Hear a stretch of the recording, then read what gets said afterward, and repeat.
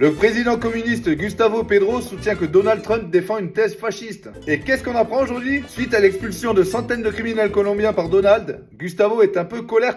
De plus, Dodo renvoie sans vergogne les Colombiens entrés illégalement aux USA. Il les traite comme des criminels. Mais Gustavo, entrer illégalement aux USA, c'est un crime. En voiture par exemple, t'as pas le droit de rouler à 130 en ville. Une loi est en vigueur contre ça, non? C'est un crime. Et à la base, t'es au courant, non? Et même si au pire des cas, la loi t'échappe, t'es pas censé te renseigner. Bon, de toute façon, t'es le président de la Colombie. El Presidente, le roi du communisme qui se met bien dans des palaces luxuriants et qui garde bien son oseille pour lui tout seul. Je préfère être socialiste que fasciste. Mais Gustavo, faire crouler ton pays sous les impôts et une TVA à 20% pour laisser crever ton peuple, c'est pas du fascisme ça? Gustavo, calme-toi, ton pays c'est la banqueroute, ton PIB est 76 fois inférieur à celui des États-Unis. Et tu la ramènes. Tiens, tu veux un exemple comme quoi le patriotisme ça paye? Va mater les stades de Milei en Argentine, il est en train de relever le pays. Mais quel est son petit secret? Sécuriser le pays avec des grosses burnes, c'est-à-dire défoncer les cartels un par un. Réduction drastique des dépenses publiques, c'est-à-dire arrêter de flamber au gouvernement alors que le peuple galère. Réduction du nombre de ministères, c'est-à-dire virer ceux qui servent à rien. Et je me suis renseigné, il y en a beaucoup. Attirer les investisseurs étrangers, c'est-à-dire à nouveau friquer le pays. Gustavo, t'en as pas marre de te ridiculiser? Tu pourras donner des leçons quand tu t'occuperas de tes citoyens.